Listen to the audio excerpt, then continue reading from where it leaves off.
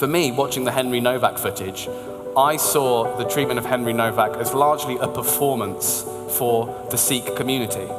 And up until they realized Henry Nowak was dying, that's largely what they were doing. They were performing to the Sikh, what they saw as the Sikh community, and doing what they thought they needed to do in order to maintain that relationship. At the very senior level, and anyone who aspires to senior level, they must genuinely believe this stuff, and I find that absolutely terrifying. Welcome to this session on two-tier policing after Henry Nowak.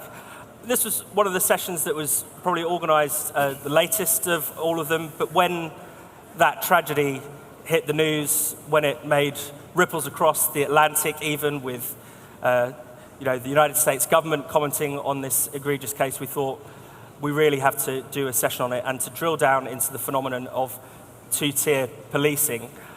I'm absolutely thrilled to have an incredible two panelists to discuss this, people who have frontline experience of this problem. First of all, we're going to hear from Paul Birch, who has been a former police officer, was in the force for 24 years. And we've also got Luke Gittos, who is a Spiked columnist, a lawyer, and again, has seen this on the front line coming through the courts. I'm going to start with it's going to be question and answer at first. I'm just going to put some questions to the two of them, and then, as ever, we're going to come back out to you for you to raise your points, ask questions. So I'm going to kick off, Paul, by talking about Henry Nowak specifically, because, of course, I'm sure a lot of people will be aware of the case. I don't think there's anyone in this room who won't have seen the terrible footage, at least the initial footage from the incident. More has come out just this week. But could you perhaps explain a bit at first why you think this counts as an example of two-tier policing? Why it's not just a terrible mistake, for instance? Yeah, firstly, thank you very much for inviting me today. It's because I think it shows the way the call was handled, leading to the attitude of who became the arresting officers, and then ultimately leading to Henry's tragic passing. I think from Digwa's initial phone call, or I think the brother's initial phone call, he stated that I've been attacked racially. I think those were his exact words. And so in terms of the call handling system, a racially motivated assault, which is what they would have thought it was, would have gone straight, and especially in Southampton, where I'm sure they don't get that many of those. Yeah.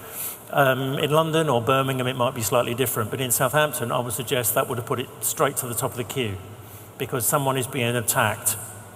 You would assume physically, you would have to assume physically, because of their ethnic background. And the officers who went to the call would have known that would have been coming through their radios. Notice, well, I think there was certainly more than two people at the call initially. I think there were. So the fact that they've sent more than one or two people is significant. And then, of course, those officers, if they were very, very young in service, or even if they were comparatively experienced, they would have had all that training. Allison spoke about it earlier. In fact, lots of people have spoken about it today. They would have had essentially that indoctrination put into them. I had it in 2001. This is not a new thing. It's been on steroids since the year zero of 2020 and the death of George Floyd. But it's been going on for at least a generation within the police, certainly since McPherson, I would suggest. So those officers would have got there. That would have all been flying around inside their head. Yeah. This young lad's laying on the ground. He's under a car, or he's at the front of a car. And obviously you've got members of the family in their ear all the time. And you know, when Henry starts saying he's been stabbed, Digwa says he hasn't been stabbed, and one of the police officers, yeah, I know, we've just got to check. I mean, condescending towards Henry, he's been stabbed. I mean, the line now that will resonate down the ages, I don't think you have, mate. Yeah. You know, I mean, very fact they're calling him mate is disrespectful, sir, if anything. But that's just society, I guess. dragging him out, physically dragging him out from under a car, which could have exacerbated any injury he'd suffered anyway. And even if he had been the suspect, even if he had racially, physically assaulted someone, if he says he's been stabbed and the other party clearly are okay, then you tend to him. You tend to him. You do first CPR and you call for an ambulance straight away. By the time they call for an ambulance, obviously now the new footage has emerged with the paramedics there, it was far too late. Yeah. And I think the temporary deputy chief constable, what a rank that is, temporary deputy, says, oh, essentially it's okay, he would have died anyway. You know, I mean, oh, that's fine, that's all right then, that's great. The whole thing, from the minute he made the call, Digwell made the call, I've been racially abused, weaponising the culture, weaponising the system, because he knew that he was in big trouble, because he'd stabbed someone. And all the way through, yes, you can talk about police failings of the culture of the institution, but ultimately as well, those officers had a man in front of them saying he's been stabbed and they didn't do anything. So the senior management of the organisation will pin it all on those frontline officers, even though they've engendered the culture that those officers work within. And earlier today in the free speech session, Allison Pearson described the police as a cult. Would you go as far as that based on your experience in their indoctrination into these kind of neo-racist ideas? Well, I luckily got out of uniform policing in the mid-2000s, so I spent most of my career in counter-terrorism, which hadn't quite succumbed to that sort of cultish behaviour, although they tried to, it's on the fringes, it's lapping on the shores because it's part of the institution. But I think the certain echelons within the organisation, certainly the College of Policing, the National Police Chiefs Council, yeah, of course you can describe it as a cult. If anyone wants to see how far the police have fallen, I suggest it's available online. There's a document written by Dr. Shireen Daniels called 30 Patterns of Harm. It's a Metropolitan Police document. And this was, when it was released, I think last year or late 2024, it was given a sign-off by the Met Commissioner, Mark Rowley, stating this is an important document, we must listen to it. And it's bullshit. It's just student psychobabble, like colours of, like weights of anti-blackness, phrases like that. So if you want to laugh or cry, maybe just read 30 Patterns of Harm by Shireen Daniels. You read that, and yes, you would think the police is certainly a cult. And Luke, I want to come to you now and talk a little bit about some of the cases that you see, because clearly this goes beyond the police. Even it seeps into the courts. It seeps into the kind of decisions that are made, who to prosecute, who not to prosecute.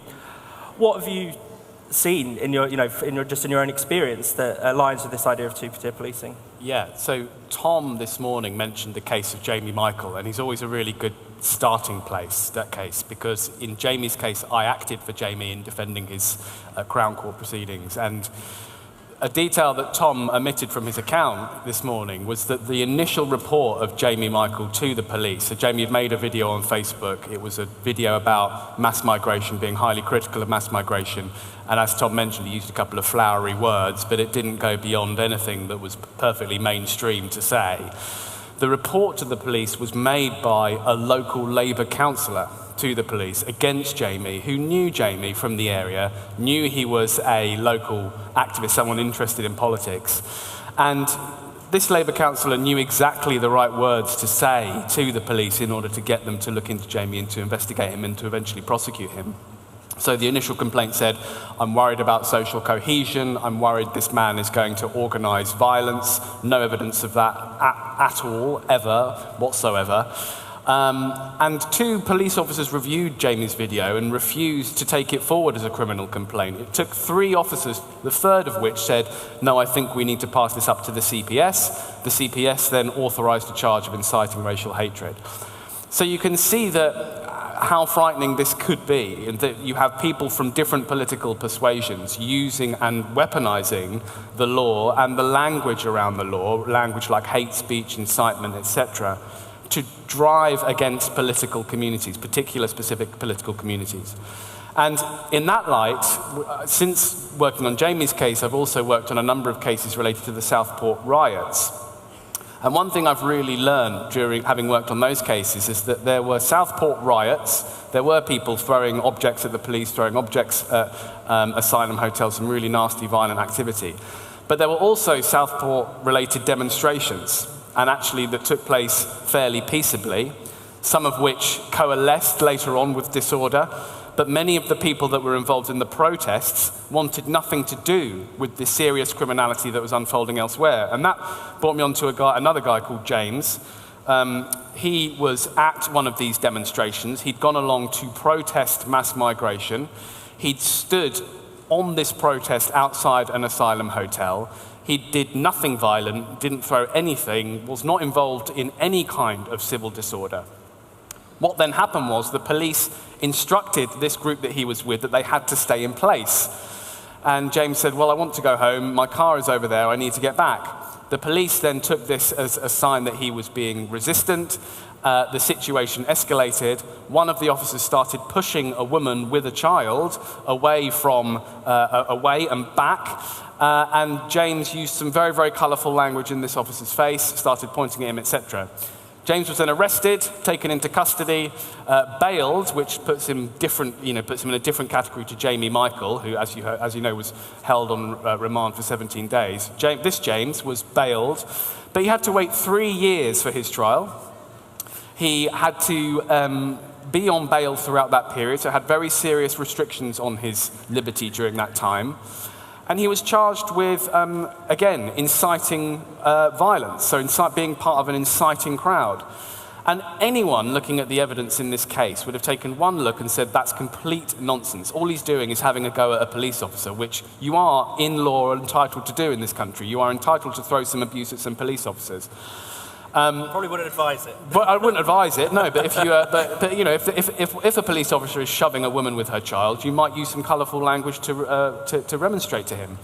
And of course, we got this in front of a jury, and within 4 hours, he was acquitted. But his life had been on hold. He had this a possibility of a 7-year prison sentence hanging over him. And the reason I mention it is that in the context of these Southport demonstrations, we had 1,100 people arrested and 900 convicted.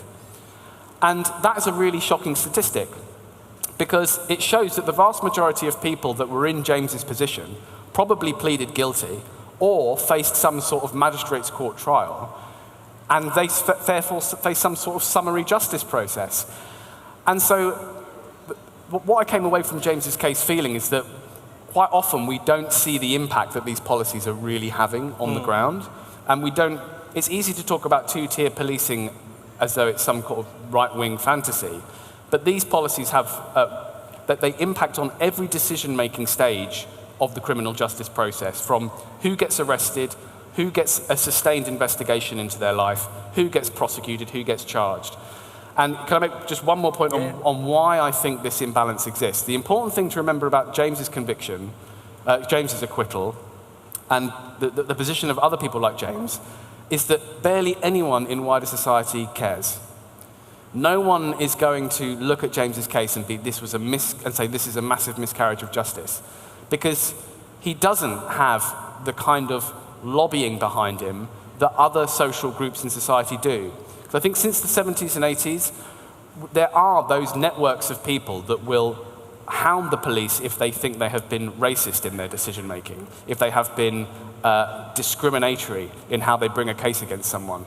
There are people that are very, very hot on racial inequality in the justice system when it comes to young black men, and some of that is perfectly justified. But the same level of pressure and scrutiny just doesn't exist for young white working class men. And so I think there is this disparity where the police and the prosecution think they can proceed largely with incredulity. They won't face the same kind of scrutiny, whatever the outcome of the case, because no one in wider society really cares about cases that are, cases like James's. Brilliant. Let's go out to the audience. Who has a question, point to make? Yeah, gentleman there on the corner. Where are they? Yeah, one to him. Do I go? Yep. Hi, Luke. Yeah, you just said there. You've explained why. Wider society doesn't really care. In your opinion, and also yourself, Paul, what can we do about changing that perception? Yep, and microphone there. Yep. University student, and I'm also co-founder of UCL Libertarian Society. A few weeks ago, we organized an event commemorating Henry Nowak's death. We have received death threats, our posters have been ripped apart, we were barred entry from student bars, and we had the police called on us. The UCL official magazine labeled us as far-right thugs and accused us of inciting racial violence. And yet, they have not spoken about his murder once. So how can we spread awareness and prevent things like this from happening in the future if the system actively works to penalize everything that doesn't align with the liberal agenda? Thank you. Yeah, there's two people down there. Hello, can you hear me? Yeah. Another aspect of two-tier policing, if that's what we're going to call it, affects the Jewish community, of whom I am a member. And I think it's one that we are very concerned about, particularly in terms of the marches that go through London and what people are shouting at those marches. I'm going to come back to the free speech, or perhaps somebody will, but particularly the disaster of the Aston Villa game. I mean, what was that all about? I'm sorry, somebody tell me. Great. Can you pass the mic just behind you? There's someone there. And who had their hand up on this side to give you? Is there anyone over on that side who had their hands up? Yep. Do you want to pass the mic to up there? And yeah, let's hear from you. Hello. I don't know if you're familiar with the case of Alex Belfield. Can you speak into the mic? I don't know if you're familiar with the case of Alex Belfield, the BBC journalist, commentator, YouTuber. He got sentenced to 5.5 years for stalking people like Jeremy Vine and the BBC. The police in that case raided his house 5 times, took all the epaulets off, and I think on a couple of occasions didn't have a warrant. Do you think that the police have become more politically motivated and indoctrinated by the government and bodies like the BBC? Thank you. And who's up there? Hands up. Let's see hands up. Who wants to speak? Do you want to speak? Hello? Can you stand up? Hello? We can hear you. Yeah. Hello? We This can hear you. is more a question for Luke, really, but it was just I was interested in what he thought about in the Henry Nowak case. Sorry, I can't know what you're saying. No, we can't hear you now. Sorry. In the Henry Nowak case, Yeah. I was interested in what he thought about whether Digwa's brother should have faced criminal charges. He seems to have gone completely, let alone to be free. And the mother's been charged, of course, but the brother, he called the police. I'm sure he knew exactly what had happened, and yet he seems to have been let off completely. Great. Any more before we come back? Just a quick question. Is the evisceration of the jury system going to make this all a lot worse? Great. Well, we will come back again to the audience, but Luke, do you want to answer that one first, the jury question? Because as you've hinted at, it does seem as if juries are often quite sensible on these cases. They're willing to acquit people where they've been obviously unreasonably treated. Jamie Michael, a good example. Yeah. James, another example. And I think there are some statistics showing that there's a much higher rate of acquittal for speech cases in particular when a jury is involved as opposed to a magistrate. Yeah, juries don't like convicting people of speech-related crimes. They have a sense that it's the wrong thing to do. They don't like seeing people up in court for things that they've said.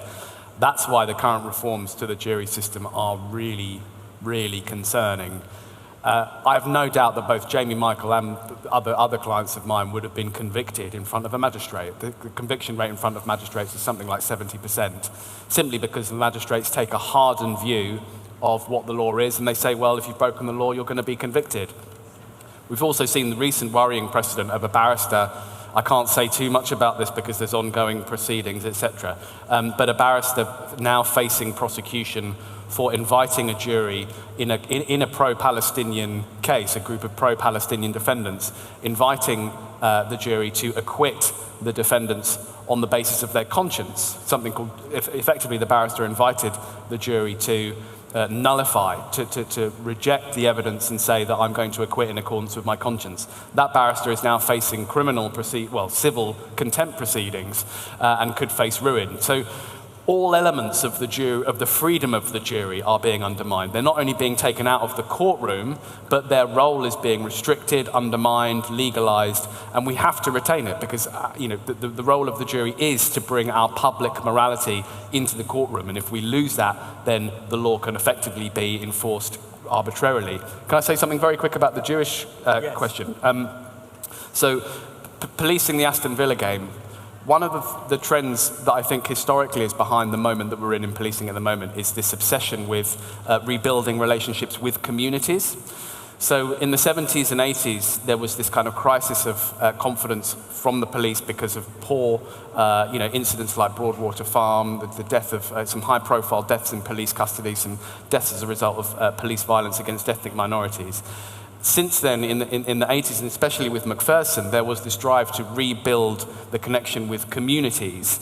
And I think what we're seeing now is that some communities have been more privileged in that respect than others, and Jews just don't seem to count in that context. So we saw in the Aston Villa game direct interactions between the police and local Muslim leaders, which resulted in them not being able to do their job of keeping Jewish people safe.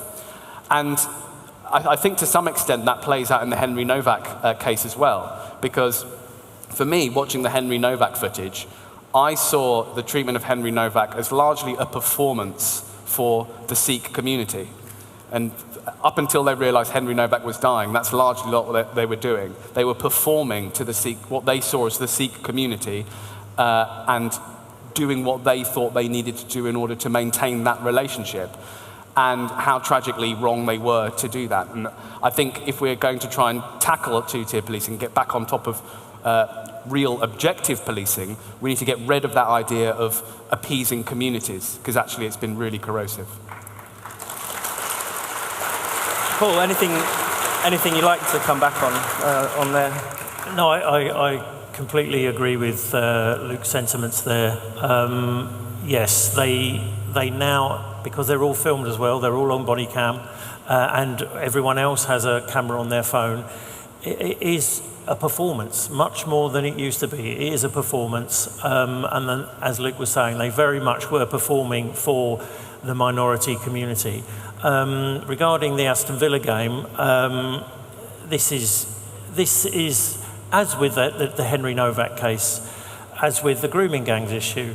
Something like this was going to happen because they were scared of Islamists, not necessarily Muslims, but Islamists taking to the streets in Birmingham. And as Birmingham or the West Midlands has a large Muslim community, I guess it follows that the proportion of that community which are Islamist would be larger than it would be anywhere else or would be in other places. So they were worried about public order issues.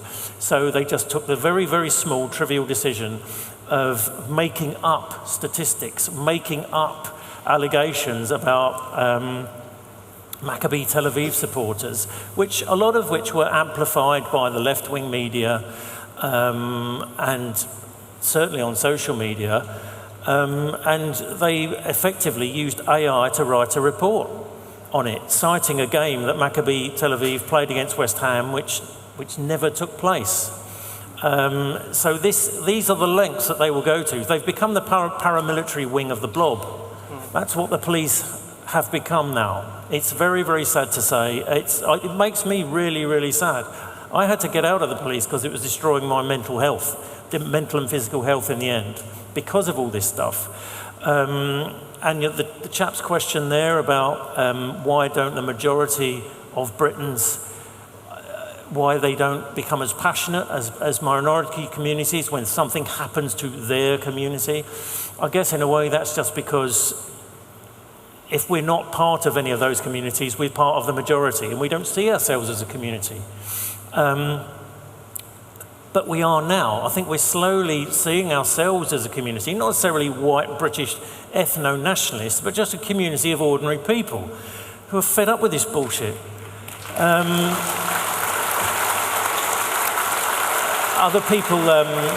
Other people spoke eloquently earlier about, that you hear it a lot now, that Britain's becoming ungovernable.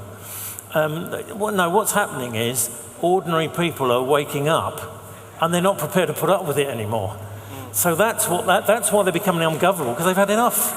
And unless the police get back to, to quote the Pelian principles of policing, then they're going to become more and more a paramilitary wing of the blob, and people aren't going to trust them. Alison earlier said, understandably, because of her own experience, that she despises the police. I grew up at a time when I joined, it's quite interesting, when I joined, I initially moved to Haringey in North London. And one of the police officers there was pre-PACE, Police and Criminal Evidence Act. He'd been there since the early 80s. And he used to say, I don't agree with entirely what he said, but I get the sentiment. He said, Paul, all that stuff about people used to respect the police. He said, that's rubbish. They didn't respect the police, but they were scared of us. And no one is now. No one is now. When people are brought into custody, I've seen it hundreds and hundreds of times. They moan, they bleat, they kick off. Nothing happens to them. They will still get bailed. They will still get this is Crown Prosecution Service territory, but they will still often get quite a lenient punishment. So getting back to the point about why don't we become more concerned about what happens to our community? I think we are slowly. Great. Let's see some hands. Who wants to say something? Yep, a couple around the front. There's also someone there. If we can get another mic.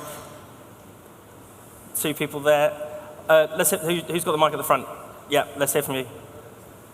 Yes, I'm Jim. Just a question about trial by jury, actually. It's been an interesting case in Manchester, of course, and Liverpool, where the juries failed to reach a verdict on the trial of the atrocious attacks against the police in Manchester. How did it even happen, given the weight of evidence which was visible to everybody who watched those videos, that there was no crime committed, obvious crime committed, and the perpetrator walks free? I guess it's around the composition of the juries, and what can we do about that in the future going forward? Thanks. And who's got the mic down here? Yep. Just a quick one, following on from earlier comments. The impression I'm getting, interested in the panel's view, is that the mob always wins, and that seems to factor into the calculation. So you had the UKIP march just cancelled in Tower Hamlets. It wasn't allowed to happen because the words used would offend the community, and you can read into that whatever you want. But you see other marches happening outside synagogues, through central London, where they know that the majority of the protesters are law-abiding, and there seems to be a bit of a weighing up going on there.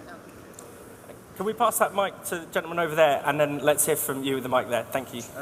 As the development of the police force as a graduate profession, has that been a disaster as we've abandoned common sense and the police have come into the force with all of the ideology they've picked up in their higher education? Yep. Anyone else? Hello? Over there? Just one quick question is, whenever we hear of these incidents, we're always told that police are liaising with community leaders. Can somebody please tell me what a community leader is? Because I don't know. And how can we audition to become one? How do we get to be a community leader? I don't know. Does someone have the mic there? Yeah. I'd like to highlight 2 sentences from the National Police Chiefs Council Police Anti-Racism Commitment. Our commitment to racial equality means producing equality of policing outcomes for people from different ethnic groups by responding to individuals and communities according to their specific needs, circumstances and experiences with understanding that those will be racialized and with the aim of reducing harm. It does not mean treating everyone the same or being colorblind. Is this not a key part of the problem that we saw playing out with Henry Nowak? And does it not mean that 3 decades on from the murder of Stephen Lawrence, we still have racist policing, but with a different racial identity totem pole? Thank you. And finally, this lady there. Yeah. How much of what's happening in terms of convictions and people going to court are politically motivated by the Director of Public Prosecutions and the Attorney General? Great. Anything you two want to come back on very quickly, and then we'll go back again to the audience to try and squeeze something in? Well, very quickly. Okay. So Stephen Lawrence, it is, for me, watching the Novak footage, I was reminded of reading the Macpherson report, where the focus of that inquiry, back in whenever it was the police making assumptions about witnesses based on the colour of their skin. The way they treated Dwayne Brooks on the scene, because of the colour of his skin, meant that they failed to properly investigate the crime at the time. And lo and behold, all these years later, they did exactly the same thing with regards to Henry Nowak. They made an assumption about him based on the colour of his skin. They made an assumption about the credibility of Henry Nowak based on the colour of his skin. And there is this kind of really depressing symmetry there. But I think the answer is not a renewal of that sense of racial grievance and racial politics. Because I think we could spend another hour here talking about the different issues faced by young black working class men at the hands of the police, which do still persist.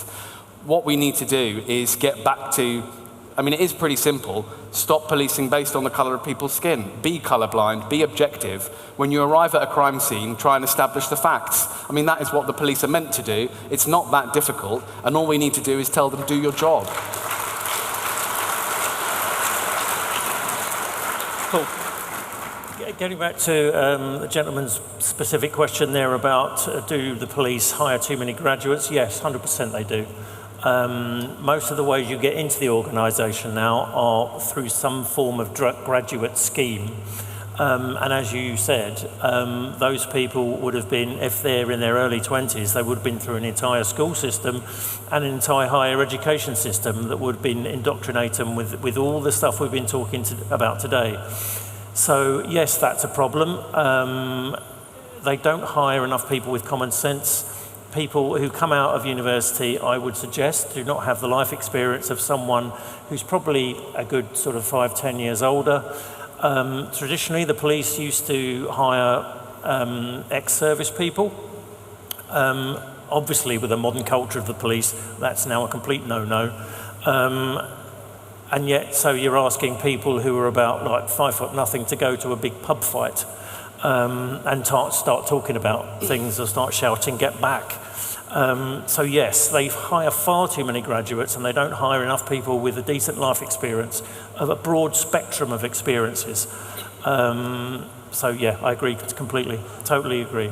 Can I just... Yeah. So on, you mentioned the Police and Criminal Evidence Act, which was a piece of law that came in the 1980s and basically made every stage of the custody, when someone comes into custody, every element of their treatment has to be really closely monitored and regulated. It's a really stringent piece of law and police are very closely trained on it. And you said, when people now go into custody, it's more like an inconvenience and there is no fear. I'm probably not alone in thinking that if you get taken into police custody, you should be a little bit scared. I think that would be probably a good thing, because it would remind you that, this isn't just a mild inconvenience, you being taken off the street and into a police cell.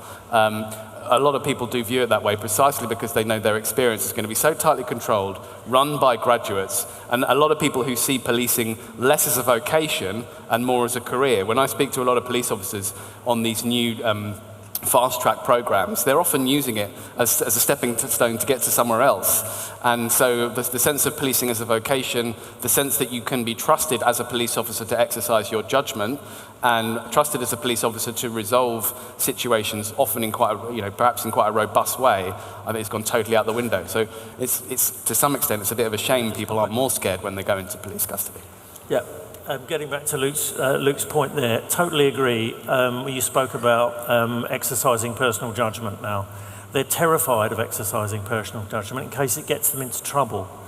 You saw it with the Henry Nowak case. You've clearly seen it in countless other cases on social media where people have, you almost look open-mouthed at the complete lack of personal judgment exercised by police officers. That's because the one thing they fear, as was spoken about earlier, is an allegation of misconduct or racism. So that would destroy any notion of personal judgment. Any notion of common sense will be out the window because they now work within a real culture of fear. Getting back to the Manchester question that our friend raised earlier, yes, I think they were acquitted of attacking the police officer who kicked one of the individuals in the head. Now, I don't know how far that investigation is going in terms of misconduct or an internal investigation, but even if that officer is acquitted of a criminal offence, there's a very, very good chance that he'll still be sacked because the internal disciplinary system doesn't give them any leeway whatsoever. Even after the armed officer shot Chris Cabba, a career gangster, and you've seen the footage, I'm sure he was trying to ram his way out of a hard stop. He's still, as far as I'm aware, being investigated by the Department for Professional Standards. So any notion of personal judgment is completely overridden by fear of any consequence of misstepping. Right, let's see some hands. Yeah, to the gentleman there. Yeah, right there. I know, you've already spoken. Yeah, but could I just make a few observations? Can you hear me? You're talking about getting back to some form of policing. I don't know when that sort of fair, neutral policing existed. 1980s, the police were racist, as we've already said. Additionally, on jury trials, I think we've already kind of lost it. The majority of cases don't go to a jury. And as regards police officers acting the way they do in the likes of Henry Nowak because they're scared of losing their job, they're not fit to be police. So I actually and also, just one final wee thing, a lot of people, I've been in police custody, and believe you me, it's very frightening, very scary. So a wee bit flippant to say that we should be a wee bit, to say about, there's a lot of people still scared of being in police custody. Right, nice. Can we get that mic over to the gentleman there who's got his hand up? And, yeah, Alison. Can you hear me? Yes. I just want to say a huge thank you to Luke, who was my solicitor when the police came to my home. And I also want to say an enormous thank you to Toby at the Free Speech Union.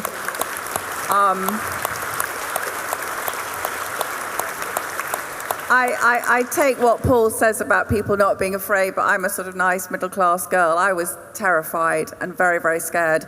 And having Luke speaking reassuring words down the phone, he said, I know you don't want to go into the police station, but if you have to go in, I will be with you every step of the way. And it almost makes me cry thinking about how kind you were. And I know you've done that for hundreds of people, so God bless you, really.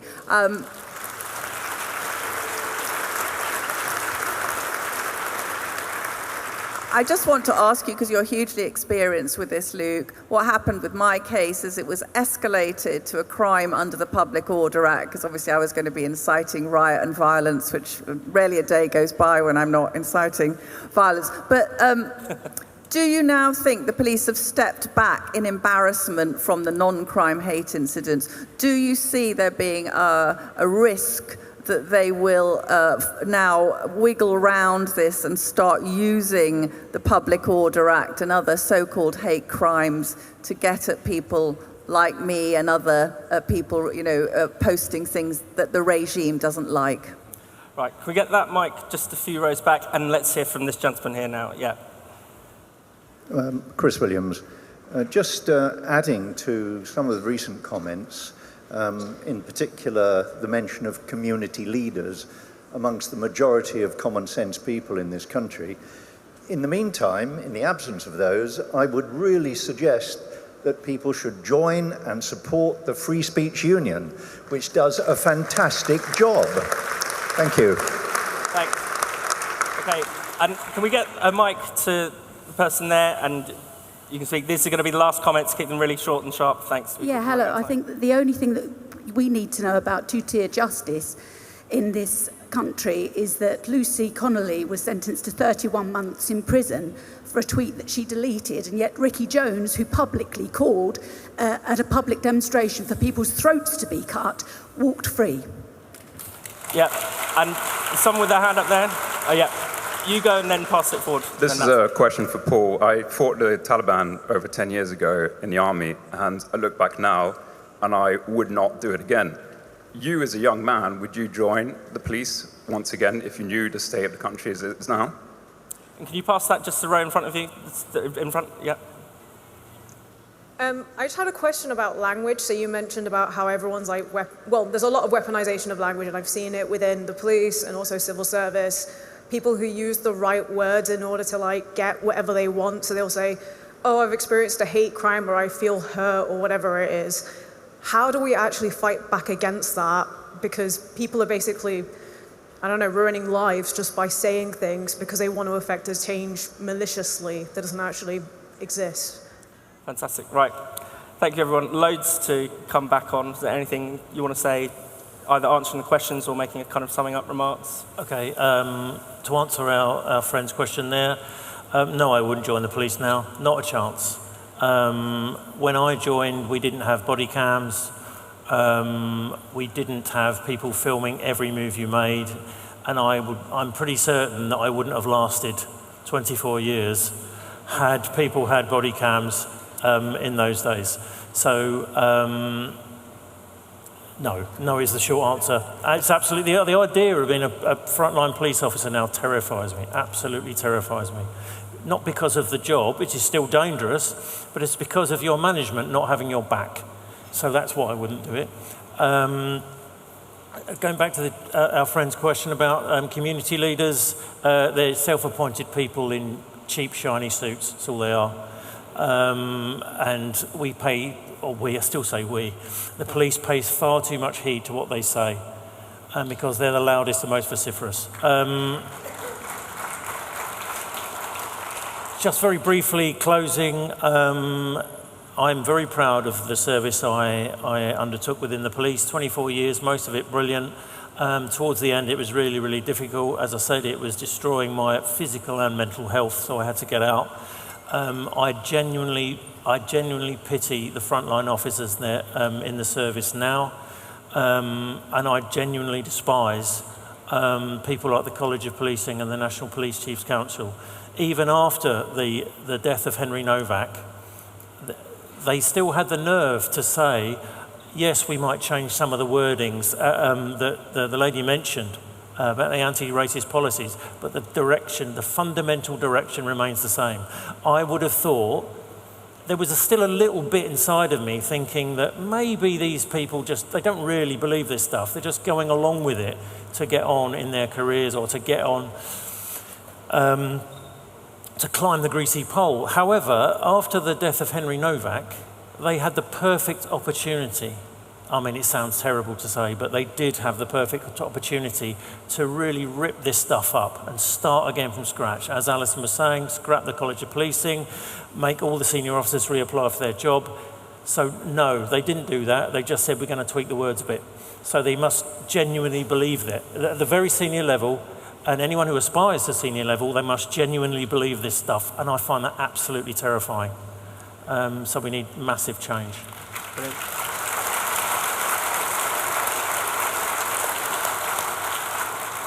And Luke, anything you want to come back on and your final thoughts? Yeah, absolutely. I mean, Alison, thank you for your kind words.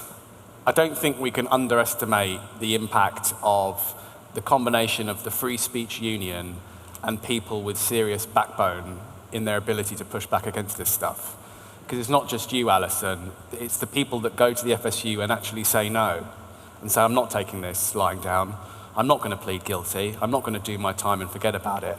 I'm actually going to have the courage to push back. And that's a really hard thing to do. It's hard for you, but it's really hard for the people who have never had anything to do with public life before the moment that the police knock on their door. And believe me, I'm not being flippant when I say that, when I understand that police custody is a terrifying experience for people who have not been there before. The point that I was making was that in the context of Henry Nowak, what I think we witnessed in really stark black and white terms was the complete hollowing out of the police's authority in policing and their attempt to reconstitute that authority in other ways.